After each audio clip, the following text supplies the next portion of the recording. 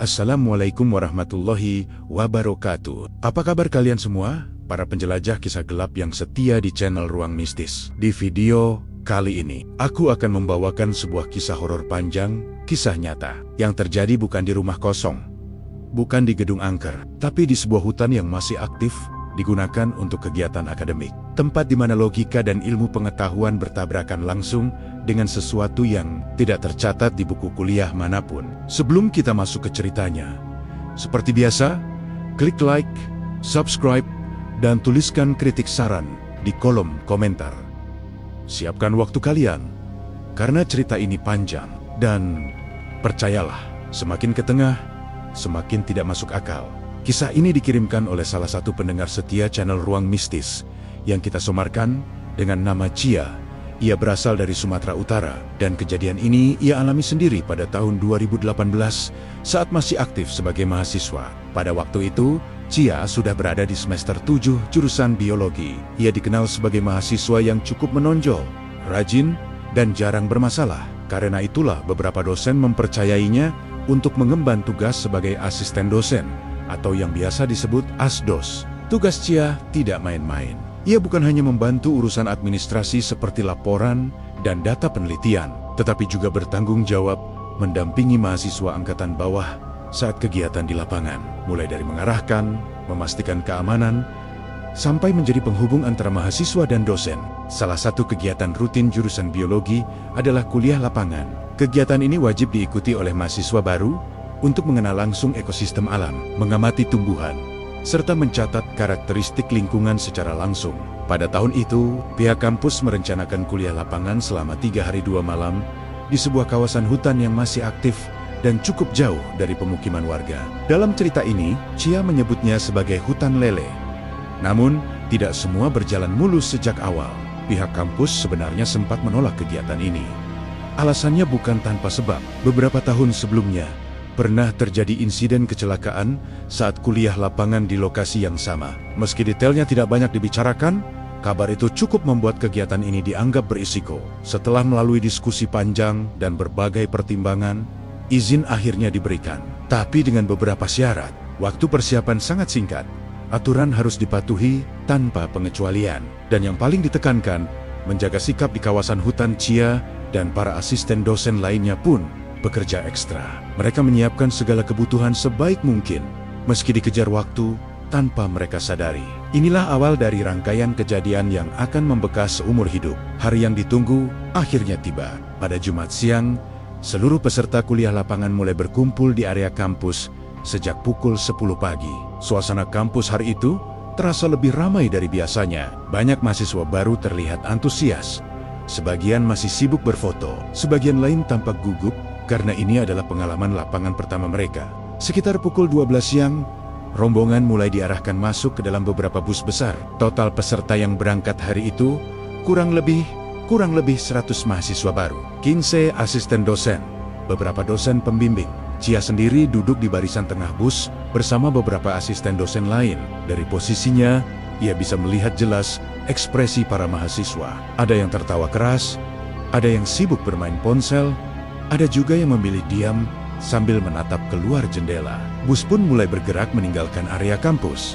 Selama kurang lebih 30 menit pertama, perjalanan masih terasa normal. Jalanan ramai, kendaraan lalu lalang, dan suasana di dalam bus penuh obrolan. Beberapa mahasiswa bahkan mulai bernyanyi bersama, memutar musik dari speaker kecil. Tawa pecah di beberapa sudut bus. Namun, perubahan itu datang perlahan.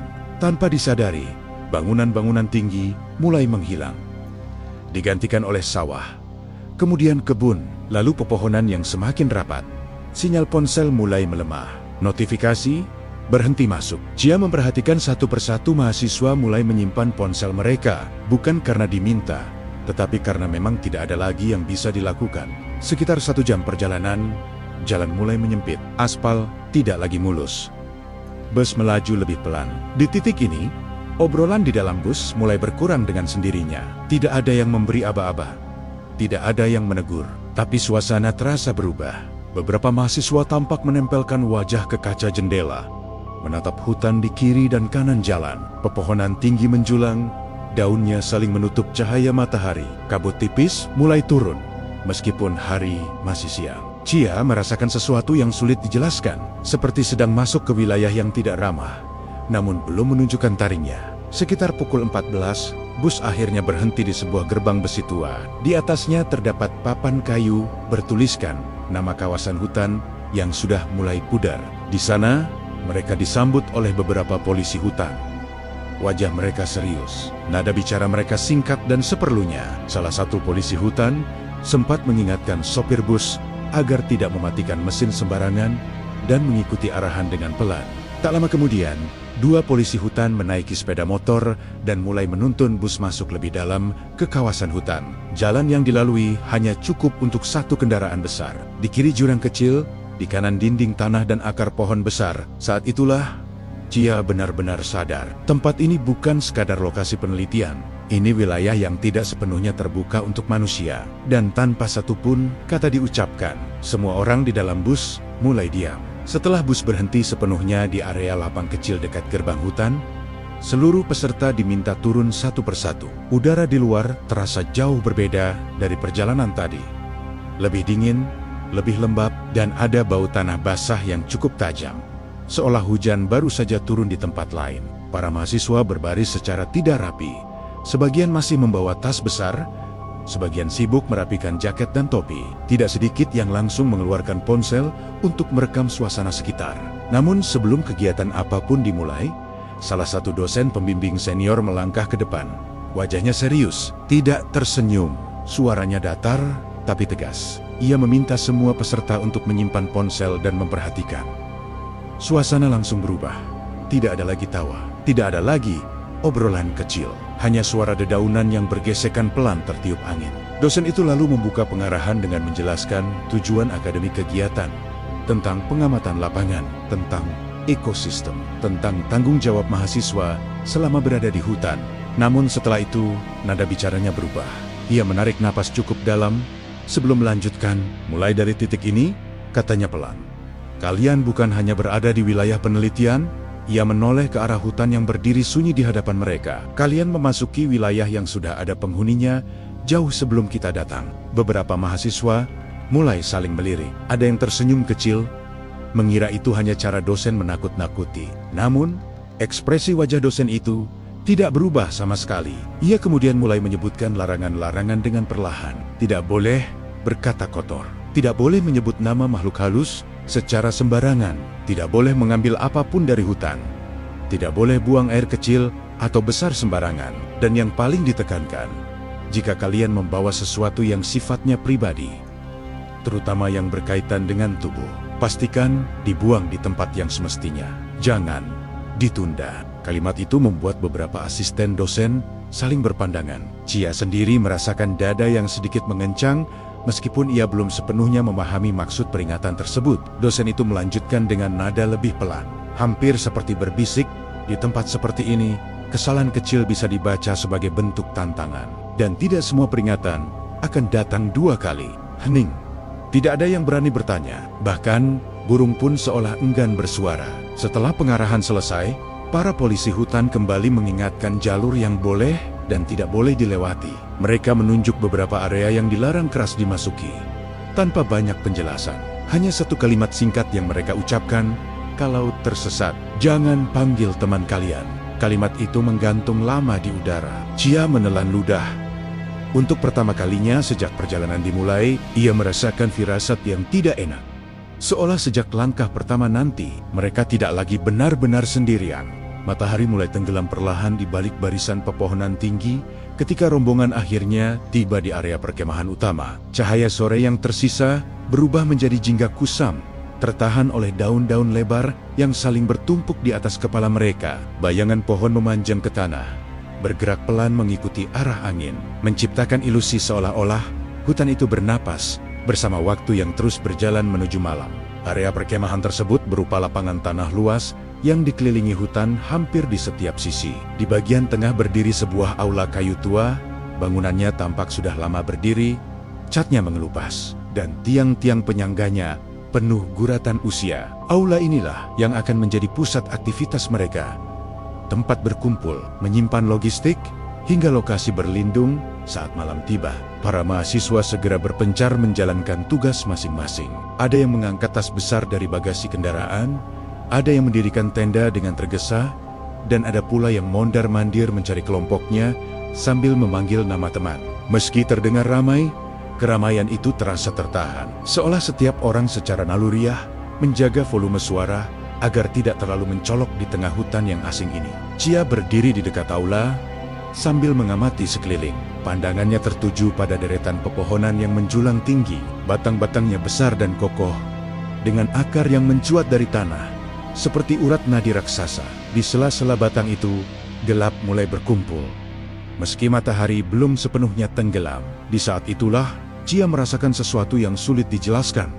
Bukan rasa takut, melainkan perasaan sedang diperhatikan dari banyak arah sekaligus. Ketika azan maghrib berkumandang dari pengeras suara kecil milik panitia, suasana mendadak menjadi hening. Suara azan terdengar lirih, seolah tenggelam sebelum sempat menggema jauh ke dalam hutan. Beberapa mahasiswa segera mengambil wudhu dan bersiap salat, sementara yang lain menunggu dengan diam. Chia ikut bergabung bersama para asisten dosen.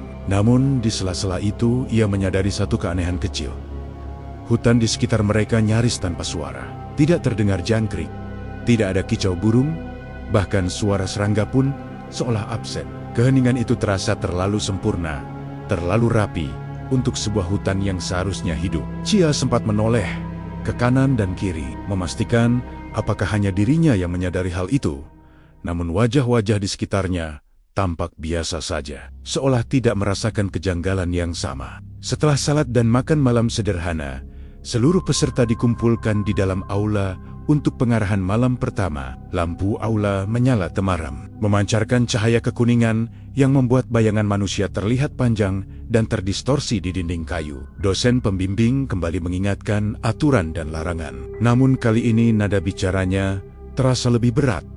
Seakan setiap kata disampaikan dengan kehati-hatian, bukan hanya untuk mahasiswa, tetapi juga untuk sesuatu yang tak terlihat. Sekitar pukul 9 malam, kegiatan resmi dihentikan. Mahasiswa diarahkan kembali ke tenda masing-masing. Sementara lampu-lampu mulai dimatikan satu persatu. Gelap turun dengan cepat, menelan area perkemahan tanpa sisa cahaya bulan. Chia memilih tetap berada di aula bersama beberapa asisten dosen, merapikan catatan dan perlengkapan sambil menunggu rasa lelah datang. Menjelang pukul 10 malam, aula mulai sepi. Beberapa asisten dosen merebahkan diri di tikar, sementara Chia masih terjaga, duduk menghadap pintu aula yang terbuka setengah. Dari celah pintu itu, hanya terlihat kegelapan pekat dan siluet pepohonan yang tak bergerak. Saat angin dingin tiba-tiba berhembus masuk dan lampu aula berkedip singkat, bulu kuduk Chia langsung berdiri. Di saat itulah ia melihat sosok berdiri di tepi hutan, jaraknya sekitar 20 meter dari aula.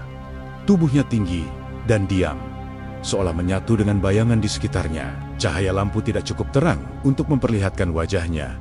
Namun, posturnya jelas bukan milik mahasiswa. Sosok itu tidak bergerak, tidak mendekat, dan tidak pergi, hanya berdiri, menghadap lurus ke arah aula, seakan mengamati siapa saja yang berada di dalamnya. Chia mencoba menenangkan diri dengan memalingkan wajah sejenak, berharap apa yang ia lihat hanyalah permainan cahaya dan bayangan. Namun ketika ia kembali menatap ke arah yang sama, sosok itu masih berdiri di sana, tak berubah sedikit pun. Dengan tangan gemetar, Chia perlahan menutup pintu aula. Namun sebelum pintu itu tertutup sepenuhnya, ia mendengar suara langkah kaki di luar, bergerak pelan dan teratur, seolah seseorang sedang mengelilingi bangunan. Langkah itu berhenti tepat di depan pintu. Tidak ada ketukan, tidak ada suara, hanya keheningan yang menekan. Beberapa detik kemudian, langkah tersebut menjauh dan menghilang ke arah hutan. Chia terduduk lemas. Jantungnya berdegup kencang. Malam pertama itu berakhir tanpa kejadian lain. Namun Chia tahu betul, sesuatu telah menyadari kehadiran mereka. Dan hutan ini tidak lagi hanya menjadi tempat penelitian semata. Malam pertama di hutan itu berlalu dengan perasaan tidak tenang. Namun tanpa kejadian yang benar-benar bisa dijelaskan secara kasat mata. Ketika fajar mulai menyingsing, dan cahaya matahari perlahan menembus sela-sela dedaunan, sebagian besar mahasiswa terbangun dengan tubuh lelah, tetapi pikiran mereka sudah kembali dipenuhi oleh agenda akademik hari kedua. Tawa kecil kembali terdengar, obrolan ringan muncul, dan kesan horor malam sebelumnya seolah tertutup oleh aktivitas pagi yang padat. Chia bangun lebih awal dibanding yang lain. Ia duduk di teras aula sambil memandangi hutan yang kini terlihat jauh berbeda di bawah cahaya pagi. Kabut tipis menggantung di antara batang-batang pohon, menciptakan pemandangan yang indah sekaligus asing. Namun, perasaan yang ia rasakan tetap sama. Seperti ada sesuatu yang belum benar-benar pergi. Meski malam berlalu tanpa insiden, bayangan sosok di tepi hutan dan suara langkah kaki masih terngiang jelas di kepalanya. Kegiatan hari itu dimulai dengan pembagian kelompok penelitian. Para mahasiswa dibagi ke beberapa tim kecil untuk melakukan observasi di jalur-jalur tertentu yang telah ditentukan oleh dosen dan polisi hutan. Setiap kelompok diwajibkan didampingi oleh asisten dosen, dan tidak ada yang diperbolehkan berjalan sendiri. Aturan itu terdengar wajar. Namun bagi Chia, nada penekanannya terasa berlebihan.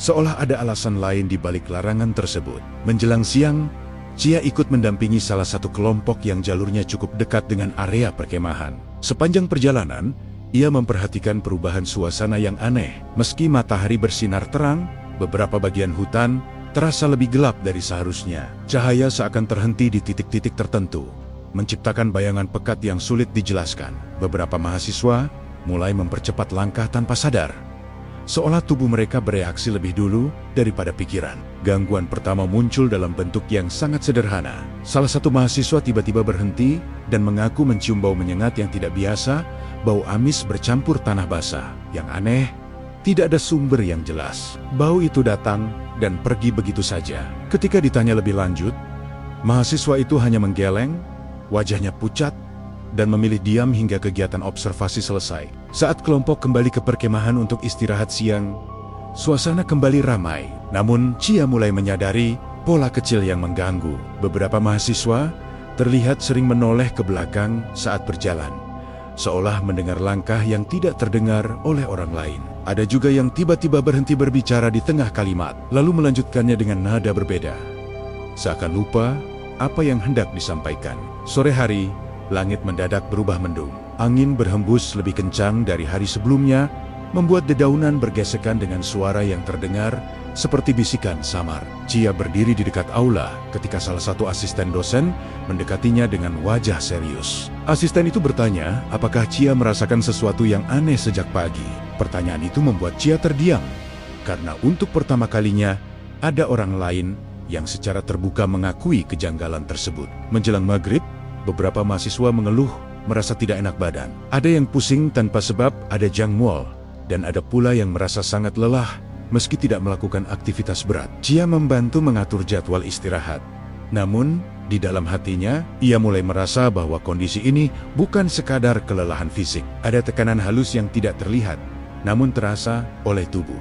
Malam kedua tiba dengan suasana yang lebih berat dibanding malam pertama. Setelah makan malam, aula kembali dipenuhi peserta untuk evaluasi kegiatan. Kali ini, tidak banyak yang berbicara, banyak mata terlihat kosong, dan beberapa mahasiswa tampak sulit fokus ketika dosen menjelaskan materi. Chia duduk di sudut aula, memperhatikan satu persatu wajah di sekitarnya, mencoba membaca perubahan yang tidak bisa dijelaskan secara logis. Gangguan kedua datang dengan cara yang lebih jelas. Saat evaluasi berlangsung, salah satu mahasiswa perempuan tiba-tiba menangis tanpa suara. Tubuhnya bergetar, matanya kosong, dan ketika ditanya, ia hanya berkata bahwa dirinya merasa sangat ingin pulang. Tidak ada alasan spesifik, hanya rasa takut yang muncul begitu saja. Kejadian itu membuat suasana aula semakin sunyi, dan evaluasi pun dipercepat. Setelah kegiatan selesai, dan sebagian mahasiswa kembali ke tenda, Chia memilih tetap berada di aula bersama beberapa asisten dosen. Di luar, angin malam berhembus dingin, dan hutan kembali tenggelam dalam keheningan yang tidak wajar. Di sela-sela kesunyian itu, Chia kembali merasakan sensasi yang sama seperti malam pertama. Perasaan sedang diperhatikan dari kejauhan. Ketika lampu aula diredupkan, Chia sempat mendengar suara samar dari arah hutan. Bukan suara langkah, melainkan seperti seseorang memanggil pelan, sangat pelan, hampir menyatu dengan suara angin. Ia menahan napas, mencoba memastikan apakah suara itu nyata atau hanya pikirannya sendiri. Namun rasa dingin di tengkuknya menjadi semakin jelas, menandakan bahwa gangguan malam itu baru saja dimulai. Hari ketiga di hutan dimulai dengan suasana yang jauh lebih berat dibanding 2 hari sebelumnya. Sejak pagi, udara terasa lembab dan dingin, meskipun matahari sudah terlihat naik di balik pepohonan. Beberapa mahasiswa bangun dengan wajah pucat, mata sembab, dan tubuh yang tampak lebih lelah daripada seharusnya. Tidak ada yang secara terbuka mengeluh, namun raut wajah mereka seolah menyimpan beban yang sama. Perasaan tidak nyaman yang sulit dijelaskan.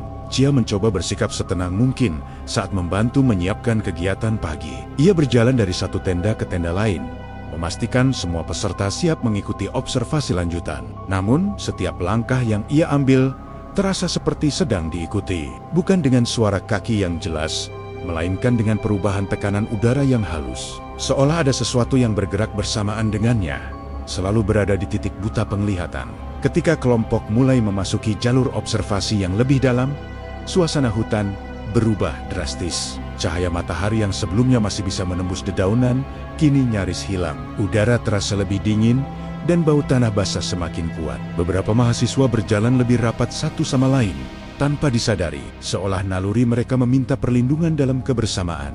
Gangguan kali ini tidak lagi datang dalam bentuk perasaan samar. Salah satu mahasiswa tiba-tiba berhenti dan berkata bahwa ia mendengar namanya dipanggil dari arah belakang. Suaranya terdengar panik, namun ketika semua menoleh, tidak ada siapapun di sana. Polisi hutan yang mendampingi kelompok itu segera meminta semua orang untuk tetap tenang dan melanjutkan perjalanan tanpa menanggapi suara apapun yang terdengar. Chia merasakan tengkuknya kembali dingin. Ia ingat jelas peringatan yang disampaikan di hari pertama, "Jika tersesat, jangan memanggil dan jangan menjawab panggilan." Kini peringatan itu terasa sangat nyata. Setiap langkah menjadi penuh kehati-hatian.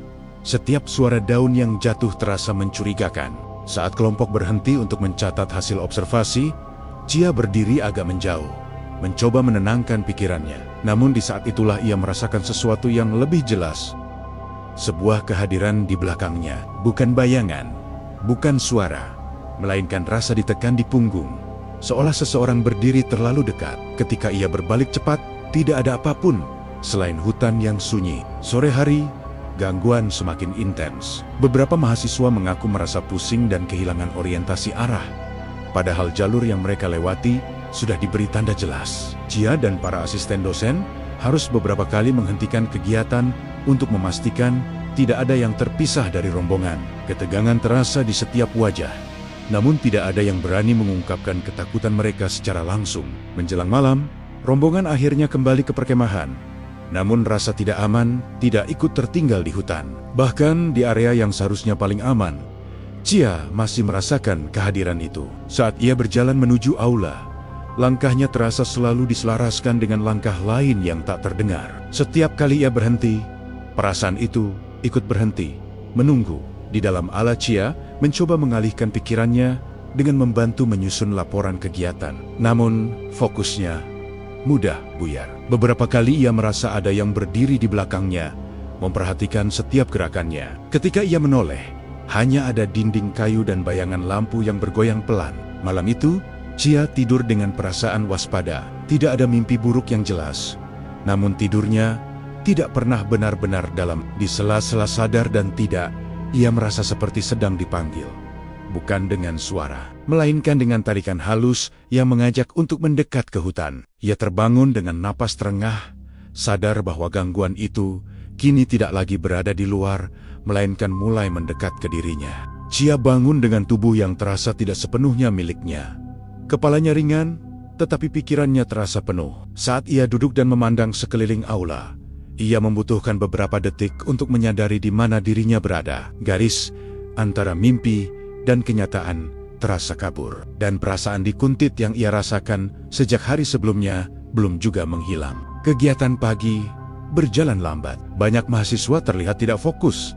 Beberapa bahkan salah mengenakan perlengkapan meski sudah diingatkan berulang kali. Ada yang lupa membawa alat, ada yang keliru mencatat lokasi, dan ada pula yang tampak kebingungan meski berada di jalur yang sama dengan hari sebelumnya. Kesalahan-kesalahan kecil itu terasa tidak wajar, seolah perhatian mereka terpecah oleh sesuatu yang tidak terlihat. Chia mulai menyadari bahwa gangguan kini tidak lagi berbentuk perasaan atau suara samar. Ia melihat langsung perubahan pada orang-orang di sekitarnya. Salah satu mahasiswa laki-laki Tiba-tiba bertanya dengan nada bingung, mengapa mereka masih berada di hutan.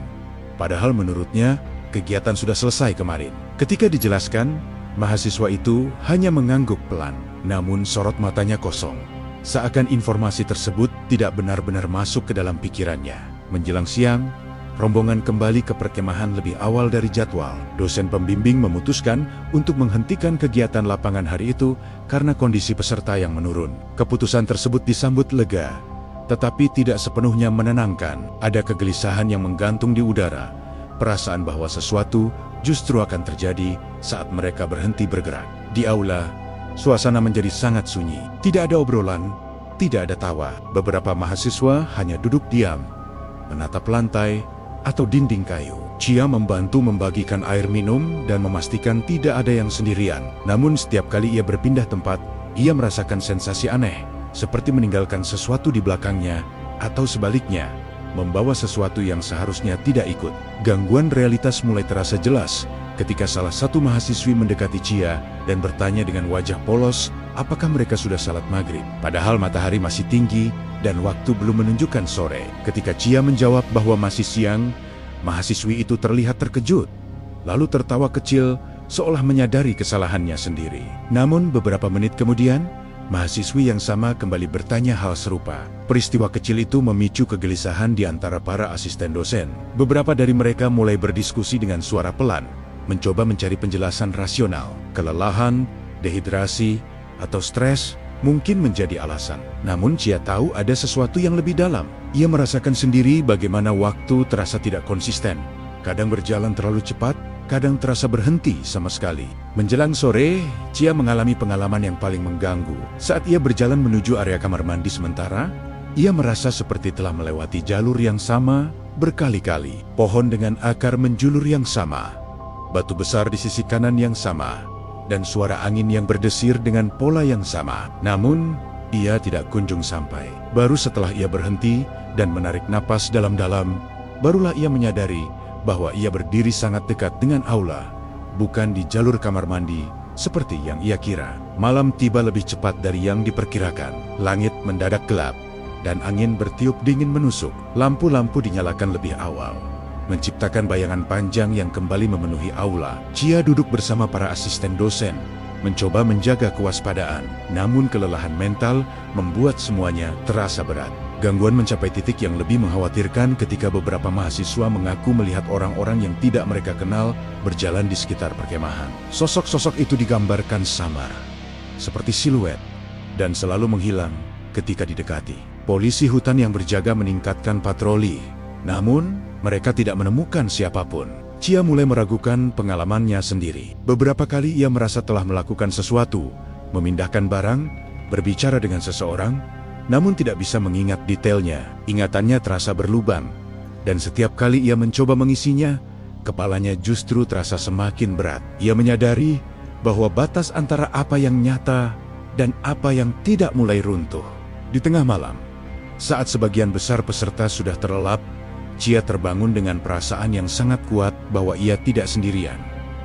Aula terasa berbeda, lebih sempit, lebih gelap. Ia mendengar suara napas lain, pelan dan teratur, seolah seseorang tidur sangat dekat dengannya. Ketika ia duduk dan menyalakan lampu kecil, suara itu menghilang begitu saja. Chia tidak bisa tidur kembali malam itu. Ia duduk bersandar pada dinding aula, menunggu pagi dengan perasaan waspada. Ia tahu bahwa apapun yang terjadi selanjutnya tidak akan bisa dijelaskan hanya dengan kelelahan atau sugesti. Realitas di tempat itu telah mulai retak, dan sesuatu dari balik hutan perlahan masuk ke dalam ruang mereka. Malam itu datang tanpa aba-aba. Tidak ada tanda khusus yang bisa dijadikan pegangan, tidak ada peristiwa besar yang menandai bahwa inilah puncaknya. Justru karena itulah, segalanya terasa lebih mengerikan. Aula kayu yang sejak awal menjadi pusat kegiatan kini terasa asing. Seolah bangunan itu perlahan berubah menjadi ruang yang tidak sepenuhnya berada di dunia yang sama. Chia masih terjaga ketika sebagian besar mahasiswa sudah tertidur. Ia duduk bersandar pada dinding aula, mencoba menenangkan pikirannya yang terus berputar. Setiap suara kecil kayu berderak angin menyusup lewat celah, atau kain yang bergeser, terasa berlebihan. Bukan karena suaranya keras, melainkan karena keheningan di antaranya terlalu dalam. Sekitar tengah malam, Cia merasakan tubuhnya mendadak berat. Bukan lelah seperti biasanya, melainkan rasa tertahan, seolah gravitasi di sekitarnya berubah. Ia mencoba berdiri, namun lututnya terasa lemah. Napasnya memendek, dan pandangannya sedikit berkunang. Aula yang diterangi lampu temaram terlihat bergoyang pelan, meski sebenarnya tidak ada yang bergerak. Ia memutuskan keluar sebentar untuk mencari udara segar. Langkahnya menuju pintu aula terasa lebih panjang dari biasanya. Setiap langkah seolah memerlukan usaha ekstra. Begitu pintu terbuka, udara malam menyambut dengan dingin yang menusuk, membuat kulitnya merinding seketika. Hutan di sekeliling aula tampak lebih gelap dari malam-malam sebelumnya, seolah cahaya benar-benar enggan menyentuhnya. Saat itulah Cia menyadari ada sesuatu yang tidak beres dengan suara di sekitarnya.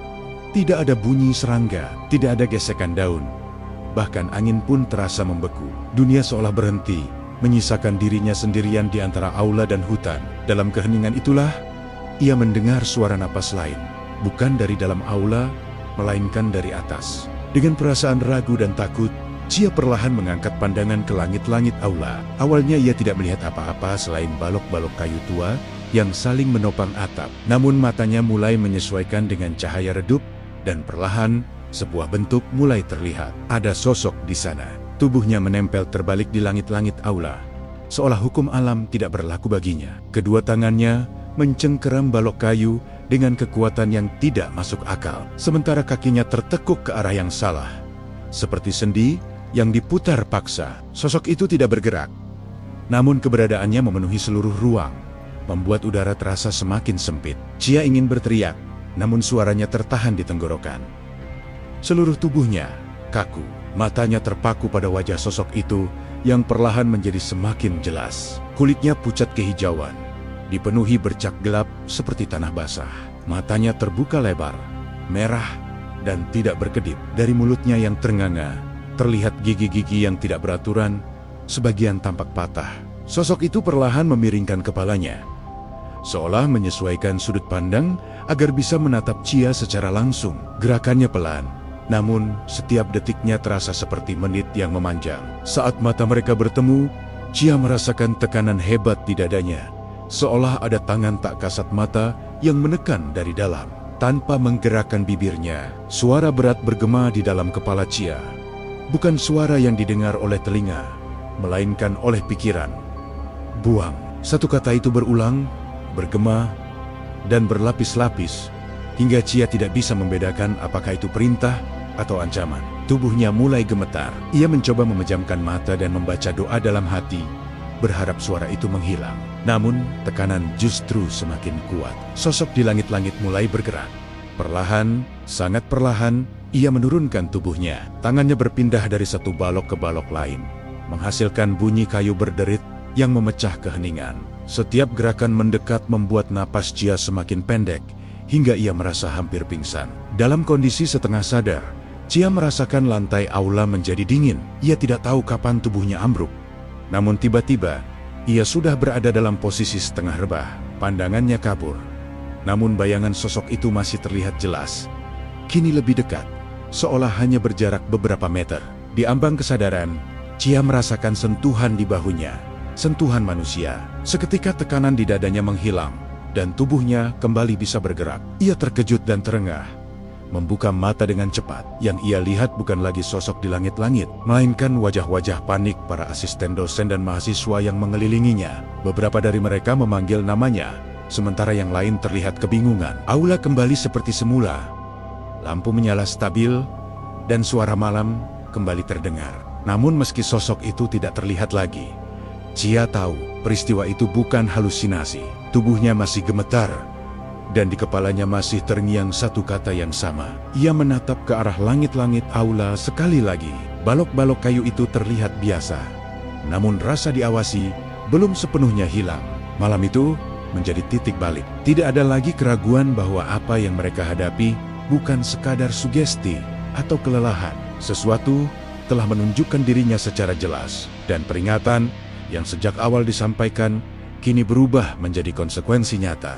Pagi datang tanpa rasa lega. Cahaya matahari yang menyelinap ke dalam aula tidak membawa kehangatan, hanya menegaskan bahwa malam yang mengerikan itu benar-benar telah berlalu dan meninggalkan bekas. Chia terbangun dengan tubuh lemas dan kepala berat, seperti habis jatuh dari ketinggian. Napasnya masih pendek-pendek, dan jantungnya berdegup terlalu cepat untuk ukuran pagi hari yang seharusnya tenang. Para asisten dosen segera berkumpul di sekelilingnya. Wajah-wajah mereka tegang, sebagian menyembunyikan kekhawatiran, sebagian lain terang-terangan panik. Chia diminta tidak berdiri sendiri, tidak berjalan jauh dari aula, dan tidak dibiarkan sendirian sedetik pun. Keputusan itu diambil tanpa diskusi panjang, seolah semua sepakat bahwa sesuatu telah melewati batas. Berita tentang apa yang terjadi malam sebelumnya menyebar pelan, namun pasti. Bukan dalam bentuk cerita lengkap, melainkan potongan-potongan bisikan.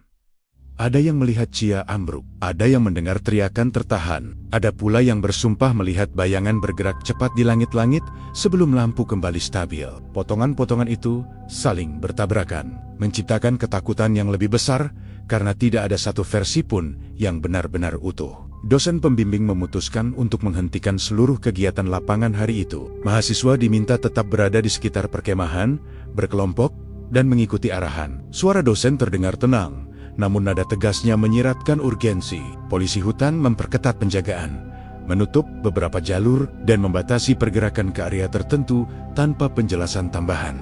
Chia akhirnya diminta menceritakan apa yang ia alami. Ia duduk di aula, dikelilingi oleh dosen dan asisten dosen, sementara mahasiswa lain dijauhkan. Dengan suara pelan dan terputus-putus, Chia menceritakan semuanya. Asa berat di tubuhnya, keheningan yang tidak wajar, sosok di langit-langit, dan satu kata yang terus bergema di kepalanya.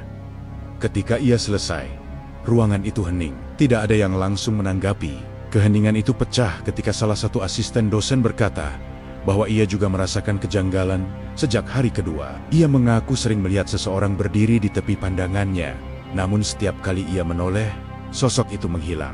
Pengakuan itu disusul oleh pengakuan lain. Seorang mahasiswa mengaku mendengar namanya dipanggil berkali-kali. Mahasiswa lain mengaku melihat perempuan berbaju putih membelakangi kelompoknya di jalur observasi.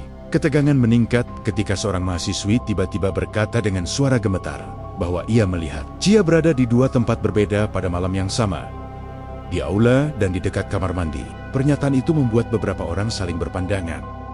Chia Menherni mencoba mengingat malam itu. Ingatannya berlubang. Ada bagian-bagian yang terasa kabur, seolah disunting oleh sesuatu yang tidak ia pahami.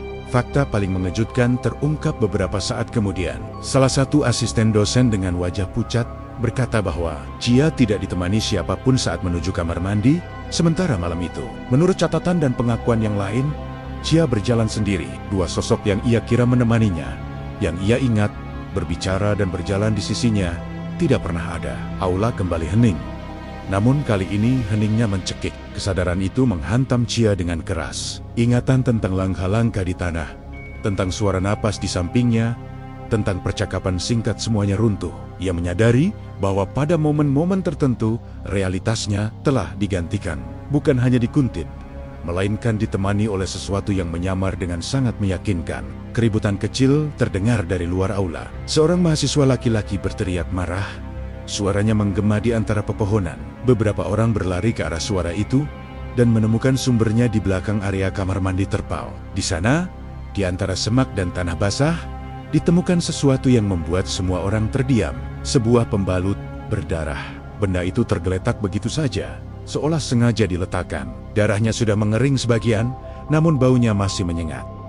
Temuan itu segera memicu kepanikan. Beberapa mahasiswi menangis, yang lain menutup mulut dengan tangan gemetar. Polisi hutan meminta semua orang mundur dan menjaga jarak. Investigasi cepat dilakukan. Pertanyaan-pertanyaan dilontarkan. Siapa yang melanggar? Siapa yang menunda membuang sesuatu yang seharusnya dibuang? Tidak ada yang langsung mengaku. Wajah-wajah tertunduk. Ketakutan bercampur rasa bersalah. Dalam kekacauan itu, satu kesimpulan mengerikan mulai terbentuk. Peringatan yang sejak awal disampaikan tentang tidak menunda, tentang menjaga hal-hal pribadi, telah dilanggar. Namun yang lebih mengerikan, dampaknya tidak langsung menimpa pelaku. Gangguan justru menghantam Chia, orang yang berada paling dekat, paling sering melintas, dan paling rentan saat malam tiba. Kesadaran bahwa Chia menjadi sasaran yang salah, membuat suasana semakin mencekam. Rasa bersalah menyebar seperti racun. Beberapa mahasiswa menangis terseduh-seduh, meminta maaf tanpa tahu kepada siapa. Chia sendiri hanya bisa duduk terdiam, tubuhnya gemetar, menyadari bahwa apa yang ia alami mungkin bukan karena kesalahannya sendiri. Dosen pembimbing akhirnya memutuskan untuk mempercepat kepulangan. Tidak ada lagi kompromi, keselamatan menjadi prioritas. Namun keputusan itu tidak serta-merta menenangkan. Ada ketakutan bahwa sesuatu mungkin belum selesai, bahwa peringatan itu masih menggantung dan menunggu dituntaskan. Menjelang sore, saat persiapan pulang dilakukan, Chia merasakan kembali tatapan yang familiar, bukan dari hutan, melainkan dari balik kerumunan manusia. Ia menoleh cepat, namun yang ia lihat hanyalah wajah-wajah cemas. Di antara mereka, ia merasakan kehadiran itu, tenang, sabar, seolah menunggu momen berikutnya. Keputusan untuk memulangkan seluruh rombongan diambil dengan cepat. Namun prosesnya berjalan dalam suasana yang jauh dari kata lega. Tidak ada suara gembira, tidak ada obrolan tentang rumah atau keluarga yang akan ditemui. Yang ada hanyalah kelelahan mental dan rasa waspada yang menempel di setiap wajah. Hutan seolah tidak merelakan kepergian mereka begitu saja. Berdiri diam mengawasi setiap barang yang dikemas dan setiap langkah yang menjauh. Chia duduk di dalam aula, menunggu giliran untuk naik ke bus. Tubuhnya terasa ringan, sekaligus kosong, seperti baru saja melewati sesuatu yang menguras habis isi dirinya. Setiap suara kayu berderak membuatnya refleks menoleh. Setiap hembusan angin membuat dadanya mengencang. Meski cahaya pagi cukup terang, bayangan malam sebelumnya belum sepenuhnya pergi dari pikirannya. Saat bus mulai bergerak meninggalkan area perkemahan, Chia menatap keluar jendela. Pepohonan tinggi perlahan bergeser satu demi satu, seolah menutup kembali jalur yang mereka lewati. Kabut tipis turun tanpa sebab yang jelas, membuat pandangan semakin buram. Dalam hati, Chia berharap bahwa semua yang ia alami akan berhenti begitu roda bus meninggalkan kawasan itu. Namun harapan itu runtuh. Bahkan sebelum mereka benar-benar keluar dari hutan, Chia merasakan sensasi familiar di tengkuknya, dingin yang merambat pelan, seperti sentuhan udara dari jarak yang terlalu dekat. Ia memejamkan mata sejenak, mencoba mengabaikannya. Ketika ia membuka mata kembali, pantulan di kaca jendela bus membuat jantungnya hampir berhenti. Di antara bayangan wajah-wajah lelah para penumpang, Chia melihat sosok lain. Samar, terdistorsi oleh kaca, namun cukup jelas untuk dikenali. Sosok itu berdiri terbalik, menempel di langit-langit bus. Kepalanya menggantung ke bawah, matanya terbuka menatap lurus ke arahnya. Chia tersentak dan menoleh cepat ke atas, namun tentu saja tidak ada apapun di sana.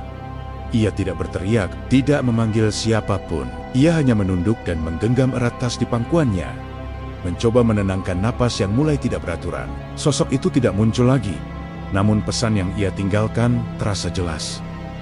Apa yang terjadi di hutan tidak berhenti begitu saja. Setibanya di kampus, rombongan dibubarkan lebih cepat dari jadwal. Tidak ada evaluasi panjang, tidak ada sesi penutupan resmi. Semua orang tampak ingin segera menjauh, seolah lokasi kampus pun belum sepenuhnya aman. Chia berpamitan singkat dengan para asisten dosen lain, lalu pulang ke rumah dengan perasaan yang sulit dijelaskan. Hari-hari pertama setelah kejadian itu terasa aneh. Secara fisik, Chia tampak baik-baik saja. Ia bisa makan, bisa tidur, dan bisa menjalani aktivitas ringan. Namun, ada sesuatu yang berubah di dalam dirinya. Ia menjadi lebih sensitif terhadap suara, lebih mudah terkejut, dan sering merasa seolah ada yang berdiri tepat di belakangnya. Gangguan mulai muncul dalam bentuk yang lebih nyata. Pada minggu pertama, suatu malam saat mandi, Chia merasakan perih yang tiba-tiba di punggungnya, seperti tersayat benda tajam. Ia berteriak memanggil ibunya. Ketika ibunya masuk ke kamar mandi dan melihat punggung Chia, wajahnya langsung berubah pucat. Di punggung Chia terdapat bekas cakaran panjang, bukan satu, melainkan beberapa garis sejajar, kemerahan, dan tampak dalam. Luka itu tidak berdarah deras, namun jelas bukan luka biasa. Ibunya bertanya, apakah Chia terjatuh atau tersangkut sesuatu? Chia hanya menggeleng. Tenggorokannya tercekat. Luka itu tidak sembuh dalam waktu singkat. Minggu demi minggu berlalu, namun bekas cakaran tersebut tetap terlihat, seolah menolak untuk menghilang. Setiap kali Chia bercermin, ia teringat kembali malam di aula, sosok di langit-langit, dan kata yang terus menghantui pikirannya. Lebih mengganggu lagi, Chia mulai mengalami mimpi yang sama berulang kali. Dalam mimpi itu, ia berada kembali di aula kayu. Lampu temaram, udara dingin, dan suara kayu berderit. Ia selalu merasakan tubuhnya berat, tidak bisa bergerak. Sementara dari atas, terdengar suara balok kayu yang ditekan perlahan. Mimpi itu selalu berakhir tepat sebelum sosok itu terlihat sepenuhnya. Chia mencoba mencari penjelasan. Ia berbicara dengan orang tua, dengan teman dekat, bahkan dengan seorang ustaz yang dikenal keluarganya. Doa dibacakan, nasihat diberikan, namun tidak ada satupun yang benar-benar bisa menjelaskan mengapa gangguan itu masih berlanjut. Yang bisa dilakukan hanyalah memperkuat diri dan menjaga sikap. Bulan berganti, dan perlahan luka di punggung Chia mulai memudar. Namun bekasnya tidak pernah benar-benar hilang. Ia menjadi pengingat permanen bahwa ada sesuatu yang pernah menyentuhnya. Sesuatu yang tidak kasat mata, namun nyata. Yang paling mencekam justru datang di saat-saat paling tenang. Suatu sore, ketika Chia sendirian di rumah, ia mendengar suara langkah kaki dari arah kamar mandi. Langkah itu pelan dan teratur, persis seperti yang ia dengar di aula malam pertama. Chia membeku di tempat. Langkah itu berhenti tepat di depan pintu kamar mandi, lalu menghilang. Tidak ada penampakan, tidak ada suara lain. Namun Chia tahu, kehadiran itu belum sepenuhnya pergi. Ia hanya tidak lagi menampakkan diri secara terang-terangan. Beberapa pengalaman tidak berakhir ketika kita meninggalkan tempatnya. Ada yang ikut pulang, bersembunyi dalam ingatan, menunggu kita lengah. Di dunia ini, tidak semua peringatan datang untuk menakut-nakuti. Sebagian datang untuk mengingatkan bahwa ada batas yang tidak seharusnya dilanggar, dan konsekuensi yang tidak selalu langsung selesai. Dan bagi Chia, hutan itu mungkin telah jauh ditinggalkan. Namun, hutan tersebut belum sepenuhnya meninggalkan dirinya. Kisah ini bukan untuk membuat kita takut berlebihan, melainkan untuk mengingatkan, jaga sikap, jaga ucapan, dan jangan menunda hal-hal yang seharusnya diselesaikan karena kadang peringatan tidak datang dua kali. Saya pamit. Wassalamualaikum warahmatullahi wabarakatuh.